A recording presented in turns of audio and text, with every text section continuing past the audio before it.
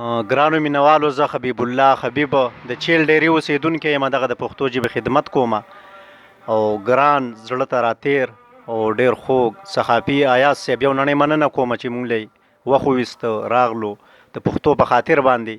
نو په دغه مینه ورته یو کلام ډالۍ کومه چې بې له تانه ژوندون څه دی خو عذاب دی، بې له تانه ژوندون څه دی خو عذاب دی.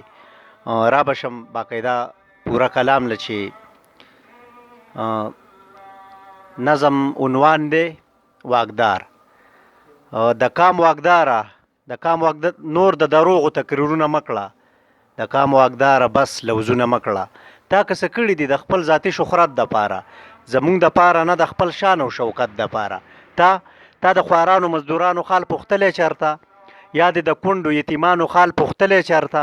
تا خو زمونږ په سرخاني او نوابي کړې ده، زمونږ په وینو او خولو دې زندګي کړې ده. تا خو زمونږ د بدنونو نه تسمې وویستې، تا خو زمونږ د ارمانونو جنازې وویستې. د خدای دپاره نور که لار شئ که نه، ای پښتنو بس دی په لار شئ که نه.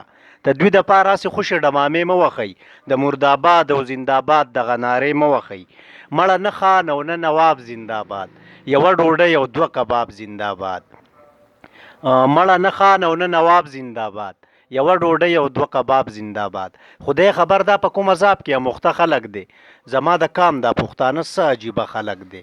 غټان یو ځای کینې پاټي وکړي ژوندونه مات کي، د دوی په سر غریبان یو بل له سرونه مات کي. زه حبیب تل داسې عادت کومه، د غلامۍ نه بغاوت کومه، د غلامۍ نه بغاوت کومه. والسلام.